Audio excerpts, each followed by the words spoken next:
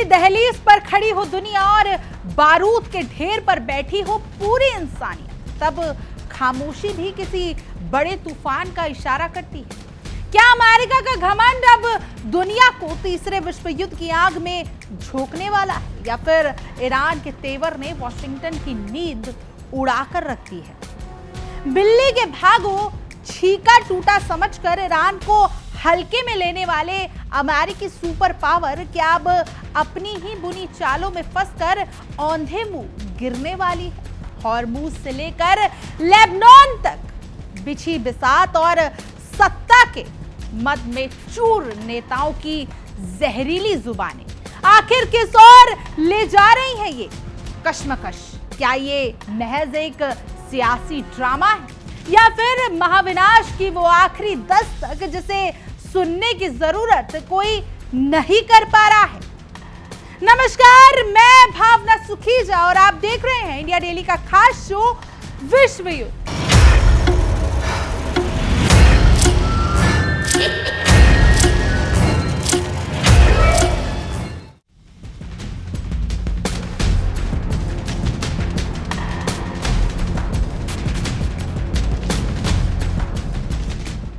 पश्चिम Asia की आग अब और भी धधकती हुई नजर आ रही है, जहां ईरान ने अमेरिका को खुली चुनौती देकर पूरे इलाके के माहौल को बारूद के ढेर पर लाकर खड़ा कर दिया है।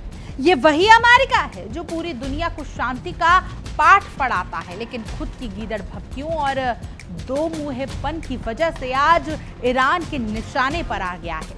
ईरान ने अपने तेवर दिखाते हुए साफ कर दिया है कि अगर एमओयू की शर्तों को लेकर जरा सी भी हेराफेरी हुई तो फिर युद्ध के लिए पूरी तरह से कमर कस ली गई है। तेहरान ने वॉशिंगटन की दादागिरी को सिरे से नकारते हुए साफ संदेश दे दिया है कि समझौते की प्रतिबद्धताओं का पूरे किए बिना अब कोई बातचीत नहीं बढ़ेगी। ईरानी सांसद के स्पीकर और मुख्य वार्ताकर्ता मोहम्मद बैगैर गालिबफ के बयान ने अमेरिका की रातों की नींदें उड़ा दी। उन्होंने एक इंटरव्यू में दो टुक शब्दों में कहा कि अगर सामने वाला पक्ष अपनी जुबान से मुकरा तो ईरान युद्ध के मैदान में उतरने से पीछे नहीं हटेगा। अमेरिका पर यह आरोप लगा है कि उसने उस समझौते का खुल्ला उल्लंघन किया है जो हालिया संघर्ष को खत्म करने के लिए हुआ था। फारस की खाड़ी में जिस तरह की हरकतें अमेरिका कर रहा है वो आग में घी डालने का काम कर रही है, और ईरान अब अपनी संप्रभुता पर कोई आंच आने नहीं देगा। अतीत में अमेरिका ने जिस तरह के वादे किए वो अब हवाई साबित हो रहे हैं। ऐसा लगता है जैसे अमेरिका को अपनी पुरानी आदत के मुताबिक मुकर जाने की बीमारी लग गई है, लेकिन अब ईरान ने उसकी दाल गलने नहीं दी है। गालिबफ ने स्पष्ट किया कि वर्तमान बातचीत किसी अंतिम समझौते को लेकर नहीं, बल्कि ये वो महज 14 पॉइंट वाले एमओयू को लागू करने की कवायद है। अमेरिका को ये समझना ही होगा कि ईरान अब कोई कच्चा चिट्ठा खिलाड़ी नहीं रह गया है जो उनकी धमकियों से डर जाए। इस बीच ईरान ने अपनी शक्ति का प्रदर्शन करते हुए एमओयू के तहत सैनिक नाकेबंदी को हटवा लिया है, जिसे ईरान अपनी एक बड़ी कूटनीतिक जीत मान रहा है। इसकी सफलता का अंदाजा इसी बात से लगाया जा सकता है कि प्रतिबंधों की बेड़ियों को तोड़ते हुए ईरान ने 4 करोड़ बैरल से ज्यादा तेल का निर्यात कर डाला है। अमेरिका जो ईरान की अर्थव्यवस्था को घुटनों पर लाना चाहता था, उसका दाव उल्टा पड़ रहा है। तेल के इस निर्बाध निर्यात ने अमेरिका के मंसूबों पर पानी फेर दिया है। हॉर्मूज जलडमरू मध्य के मामले में ईरान ने अपने तेवर और कड़े कर लिए हैं। ईरान ने साफ कर दिया है कि इस इलाके पर सिर्फ और सिर्फ ईरान और ओमान का हक है। किसी और की दखल अंदाजी अब बर्दाश्त नहीं की जाएगी। ईरान ने यह भी चेतावनी दे दी है कि एमओयू के 60 दिन पूरे होते ही यहां से गुजरने वाले हर उस जहाज को टोल चुकाना होगा जो इस इलाके का इस्तेमाल करेगा। ये अमेरिका के लिए एक सीधा सा सबक है कि अब जिसकी लाठी उसी की भैंस वाला दौर लद चुका है। ईरानी विदेश मंत्रालय के प्रवक्ता इस्माइल बागेई ने इन तमाम अटकलों पर विराम लगा दिया। उन्होंने स्पष्ट कर दिया है कि अमेरिकी अधिकारियों के साथ फिलहाल कोई राजनीतिक बैठक नहीं होने वाली। दोहा में जो भी बातचीत हो रही है वो केवल टेक्निकी स्तर पर है, जिसका मकसद ईरान के उन एस्टेट को आजाद करना है जिन्हें अमेरिका ने सालों से फ्रीज कर रखा है। ईरान अब फालतू की कूटनीतिक बकवास में वक्त बर्बाद करने के मूड में बिल्कुल नहीं। इधर इजराइल के प्रधानमंत्री बेंजामिन नेतन्याहू भी अपनी पीठ थपथपाने में कोई कसर नहीं छोड़ रहे हैं। दक्षिणी लेबनान के सुरक्षा क्षेत्र का दौरा करते हुए उन्होंने बड़ी बड़ी डींगे हाँकते हुए कहा कि हमने ईरान के नेतृत्व वाले नेटवर्क की कमर तोड़ दी है। नेतन्याहू का ये अहंकार भरा बयान इस बात को दर्शा रहा है कि वो किस तरह से इलाके की शांति का पलीदा लगा रहे हैं। उन्होंने इसे ईरानी धुरी के मुंह पर तमाचा करार दिया है। नेतन्याहू ने अपने सैनिकों के सामने जो भाषण दिया वो किसी फिल्मी कहानी जैसा था। उनका दावा था कि हिजबुल्लाह के पास जो 1.5 लाख मिसाइलें और रॉकेट थे उनका सिर्फ 8% हिस्सा ही बचा है। वो बड़ी डींगे मार रहे हैं कि इजराइल ने ईरान के भीतर घुसकर हमला किया है। ये बड़बोलापन है जो आज पूरे इलाके को युद्ध के कगार पर ला कर खड़ा कर दिया है। नेतन्याहू ने दावा कर दिया है कि उन्होंने अब तक करीब 9,000 आतंकियों को ढेर किया है। नेतन्याहू की सोच अब पूरी दुनिया से बदल चुकी है। उनका कहना है कि वो अब अपनी सीमाओं पर किसी भी आतंकी सेना को बर्दाश्त नहीं करेंगे। गाजा से लेकर लेबनान तक वो सुरक्षा क्षेत्र या बफर जोन बनाने की जिद पर अड़े हैं। उन्होंने साफ किया कि ये बफर जोन दुश्मनों की जमीन बन रहा है ताकि उनकी सुरंगों और ठिकानों को पूरी तरीके से नस्ताबूद किया जा सके। इजराइल का ये आक्रामक रवैया साफ दिखा रहा है कि वो शांति के नहीं बल्कि अपनी शर्तों को प्रभुत्व जमाने के पक्ष में है। इजरायली प्रधानमंत्री ने अपने सैनिकों को खुली छूट दे दी है। उन्होंने सैनिकों से कहा कि अगर उन्हें अपनी जान या साथियों पर कोई खतरा महसूस हो तो किसी भी आदेश का इंतजार किए बिना तुरंत गोली चला दो। ये निर्देश देना ही, एक्शन लेना ही सबसे बड़ा आदेश है। सीधे तौर पर उकसावे की राजनीति दिखा रहा है। नेतन्याहू का ये दावा है कि दोनों देश एक दूसरे की संप्रभुता का सम्मान करते हैं, हकीकत से कोसों दूर नजर आता है। ईरान और हिजबुल्लाह के लिए नेतन्याहू ने खुली चुनौती पेश की है। उन्होंने कहा कि इन ताकतों को इस इलाके से निकल जाना चाहिए क्योंकि उनका यहाँ कोई काम नहीं। जब तक हिजबुल्लाह के पास हथियार रहेंगे, इजरायली सेना वहीं डटी रहेगी। ये धमकी और कुछ नहीं बल्कि क्षेत्र में अस्थिरता को और बढ़ावा देने वाली है। इजराइल की ये हठधर्मियां इस पूरे विवाद को कभी ना खत्म होने वाले सिलसिले की ओर ढकेल रही है। कुल मिलाकर एक तरफ ईरान अमेरिका को उसकी औकात याद दिला रहा है और दूसरी तरफ इजराइल अपनी सैन्य ताकत के नशे में चूर होकर पूरे पश्चिम एशिया की शांति को ताक पर रख रहा है। अमेरिका जो खुद को वैश्विक पुलिसमैन समझता है, वो इस पूरी स्थिति में एक मुख्य दर्शक बना हुआ है, या कहें कि वो अपनी ही बुनी हुई कूटनीतिक साजिशों में फंस गया है। अमेरिका का दोहरा चरित्र अब सबके सामने बेनकाब हो चुका है। ईरान ने बार बार कहा है कि वो युद्ध नहीं चाहता, लेकिन अगर उसे मजबूर किया गया तो वो किसी भी स्तर तक जाने के लिए तैयार बैठा है। ये चेतावनी उन लोगों के लिए है जो समझते हैं कि ईरान पर दबाव डालकर वो अपनी मनमर्जी चला लेंगे। अब वक्त आ गया है कि अमेरिका अपनी गलतफहमियों को दूर कर ले। अंतहीन प्रतिबंधों और धमकियों का दौर खत्म हो चुका है और अब कूटनीति के खेल में अमेरिका के लिए कोई जगह नहीं बची है। पश्चिम एशिया के इस पूरे घटनाक्रम में सिर्फ विनाश की गंध आ रही है। अगर अमेरिका ने अपनी हठधर्मियां नहीं छोड़ी और नेतन्याहू ने अपना आक्रामक रुख जारी रखा तो ये आग उस पूरे इलाके को राख कर देगी। क्या वाकई ही अमेरिका अपनी प्रतिष्ठा और वर्चस्व को बचाने के लिए पूरी दुनिया को युद्ध की आग में झोंकने को तैयार है? ये एक बड़ा सवाल है जिसका जवाब भविष्य के गर्भ में छिपा है। इस पूरी स्थिति का निष्कर्ष यही है कि पश्चिम एशिया की बिसात बिछ चुकी है और मोहरे चाल चल रहे हैं। ईरान अब पीछे हटने को तैयार नहीं है और इजराइल अपनी जीत के मद में अंधा हो चुका है। ऐसे में अमेरिका का मौन और उसकी धमकियां कोई काम नहीं आने वाली। ऊंट किस करवट बैठेगा ये देखना दिलचस्प होगा, लेकिन एक बात तय है कि आने वाले दिन इस पूरे इलाके के लिए बेहद चुनौतीपूर्ण होने वाले हैं। आज की तारीख में पश्चिम एशिया का आसमान बारूद की गंध से भर गया है। ईरान की चेतावनी और इजराइल के हठधर्मियों के बीच आम जनता पिस रही है, क्योंकि जनता का कोई कसूर नहीं, लेकिन पिस जनता रही। दुनिया को ये समझने की जरूरत है कि ये जो खेल खेला जा रहा है उसमें शांति की गुंजाइश खत्म होती जा रही है। अमेरिका जो हमेशा शांति का मसीहा बनकर आता है, आज उसी की वजह से ये स्थिति और भी गंभीर हो गई।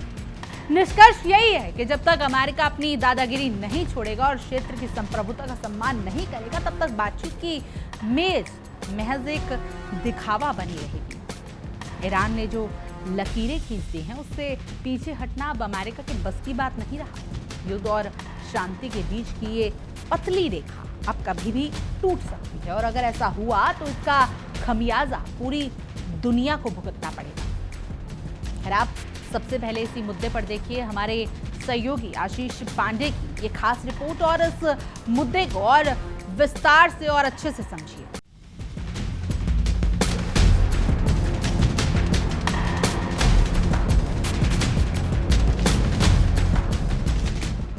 दोहा में ड्रामा होगा, दोहा में एक दूसरे को नहीं देखेंगे, दोहा में दोनों की राहें जुदा जुदा सी रहने वाली हैं, यानी शांति की डील होगी या नहीं होगी, इस पर संशय बरकरार है। दुनिया एक और बड़े धोखे की गवाह बनने जा रही है। क्या अमेरिका और ईरान के बीच बातचीत का दावा सिर्फ एक सियासी दांव पेच है? क्या है इसकी इनसाइड स्टोरी? और पर्दे के पीछे कोई ऐसी डील पक रही है दर्शकों, जिसे दोनों देश अभी बताना नहीं चाहते, या यूं कहें कि दुनिया से छिपाना चाहते, क्योंकि एक तरफ अमेरिकी राष्ट्रपति ट्रंप पूरे कॉन्फिडेंस के साथ, पूरे भरोसे के साथ कह रहे हैं कि कतर में अमेरिका और ईरान के बीच अहम बैठक होगी, सब कुछ ठीक होगा, इंपॉर्टेंट बैठक है। दूसरी तरफ ईरान क्या कह रहा है वो समझिए। ईरान खुलेआम कह रहा है कि ऐसी कोई बैठक तय ही नहीं है, यानी एक ही शहर, दोनों देशों के दूत मौजूद हैं, लेकिन मुलाकात पर रहस्य का सबसे बड़ा पर्दा पड़ा हुआ है, और यह पर्दा उठेगा नहीं। यह गेम ऐसे ही चलेगा, क्योंकि अब तक हमने ऐसा ही सब कुछ पीछे देखा है। तो सवाल यह भी है कि अगर बातचीत नहीं होगी तो फिर दोनों प्रतिनिधि मंडल दोहा में आकर कर क्या रहे हैं? क्या कूटनीति के नाम पर दुनिया को भ्रम में रखा जा रहा है, धोखा दिया जा रहा है, ड्रामा किया जा रहा है? क्या बंद कमरों में बैक चैनल डिप्लोमेसी चल रही है, लेकिन दुनिया को नहीं बताना? और क्या कैमरों के सामने सिर्फ इनकार का खेल चलता रहेगा, यानी कभी हां कभी ना वाला गेम देखने को मिलेगा? क्योंकि दोहा में डिप्लोमेटिक सस्पेंस पर कहानी कुछ और है। ट्रंप का दावा है, कह रहे कि आज अहम बैठक होगी, बहुत इंपॉर्टेंट बैठक है, और इसको लेकर हमारा प्रतिनिधिमंडल दोहा पहुंच चुका है। अब वो करेंगे क्या, वो समझिए। कह रहे कि बातचीत के जरिए समाधान निकल जाएगा, समाधान होगा, और इन सब के बीच ईरान ने एंट्री मारी और कह रहे हैं कि फिर से इन्होंने झूठ बोला। ईरान ने दावे को पूरी तरह से नकार दिया है और कह रहे हैं कि अमेरिका से बैठक तय नहीं है, हमारी कोई आधिकारिक कार्यक्रम नहीं है, और इस वजह से ट्रंप के दावे को पूरी तरह से ईरान ने खारिज कर दिया, क्योंकि सब कुछ इस वक्त बातचीत की मेज पर टिका हुआ है। अब ईरानी दल दोहा फिर क्यों पहुंचा है? आखिर प्रतिनिधिमंडल कतर में क्यों मौजूद है, यह भी समझना बेहद जरूरी है। पुराने एमओयू पर फिलहाल फोकस है, और इस फोकस के दौरान वो कह रहे हैं कि अमेरिका से मुलाकात नहीं होनी है, यह स्पष्ट है। विदेश मंत्रालय का बयान है कि बैठक का तो कोई शेड्यूल था ही नहीं, तकनीकी वार्ता की खबरें जो बताई जा रही है, परोसी जा रही है, वो बेबुनियाद है, ऐसा कुछ भी नहीं। अमेरिकी दौरे से हमारा कोई लेना देना नहीं, इससे कोई संबंध नहीं। तो आखिर दोहा में क्या चल रहा है? आखिर दोहा में क्या पक रहा है? कतर से द्विपक्षीय विचार विमर्श, और तो और पुराने समझौतों पर चर्चा, ये तमाम सवाल जो है वो उठ रहे हैं। वर्ल्ड वॉर में हम बात कर रहे हैं कतर की, हम बात कर रहे हैं वार्ता की, और सवाल उठा रहे हैं कि क्या एक बार फिर से ये वार्ता टल जाएगी, या सिर्फ बैक चैनल डिप्लोमेसी चल रही है, लेकिन दुनिया को कुछ और दिखाना है।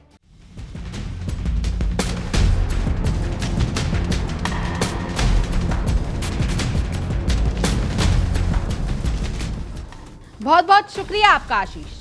यह स्थिति अब ऐसे मोड़ पर खड़ी है जहां कूटनीति के सारे रास्ते लगभग बंद नजर आ रहे हैं। अमेरिका की डबल गेम और इजराइल की आक्रामकता ने इस पूरे क्षेत्र को एक बारूद के ढेर में तब्दील कर दिया है, जिस पर कोई भी चिंगारी कभी भी महाविनाश का तांडव खड़ा कर सकती है। वॉशिंगटन का यह सोचना कि वो धमकियों के दम पर तेहरान को झुका लेंगे एक बहुत बड़ी भूल है। इतिहास गवाह है कि जब जब किसी ने ईरान को उसकी सीमाओं में धकेलने की कोशिश की है, उसका अंजाम हमेशा उल्टा ही रहा है। अमेरिका अब इस गलतफहमी में ना रहे कि उसके पुराने दावपेच आज भी काम आएंगे। वक्त बदल चुका है और ईरान के पास अब खोने के लिए कुछ बचा नहीं है, और ये बात अमेरिका को भूलनी नहीं चाहिए। अब सवाल ये उठता है कि क्या वाकई ही अमेरिका अपनी इस जिद पर अड़ा रहेगा, या फिर वो समझदारी दिखाते हुए कूटनीति की असली मार्ग पर लौटेगा। सच्चाई ये है कि अमेरिका की नीतियां आज एक ऐसे चक्रव्यूह में फंसी हैं जहां से निकलना उसके लिए टेढ़ी खीर साबित हो रहा है। लेबनान से लेकर फारस की खाड़ी तक हर जगह तनाव की परतें इतनी गहरी हो चुकी हैं कि किसी भी साधारण बातचीत से सुलह की उम्मीद करना बेमानी होगी। ईरान ने साफ कर दिया है कि एमओयू की शर्तों का सम्मान ही एकमात्र रास्ता है, और इसके अलावा हर कदम युद्ध की आहट को और तेज करेगा। दुनिया अब एक ऐसे चौराहे पर खड़ी है जहां शांति के पंख कतर दिए गए हैं और युद्ध की तलवारें मयान से बाहर हैं।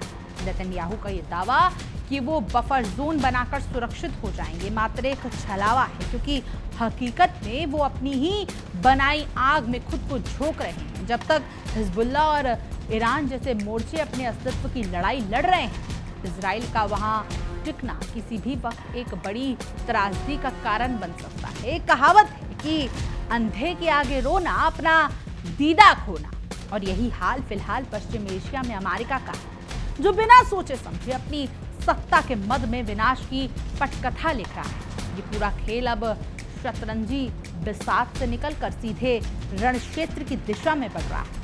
यदि आने वाले समय में कुछ दिनों में अमेरिका ने अपनी हेगड़ी नहीं छोड़ी और ईरान की जायज मांगों पर गौर नहीं किया गया, तो यह तनाव किसी ऐसी स्थिति में बदल सकता है जिसे नियंत्रण करना किसी के भी वश में नहीं होगा।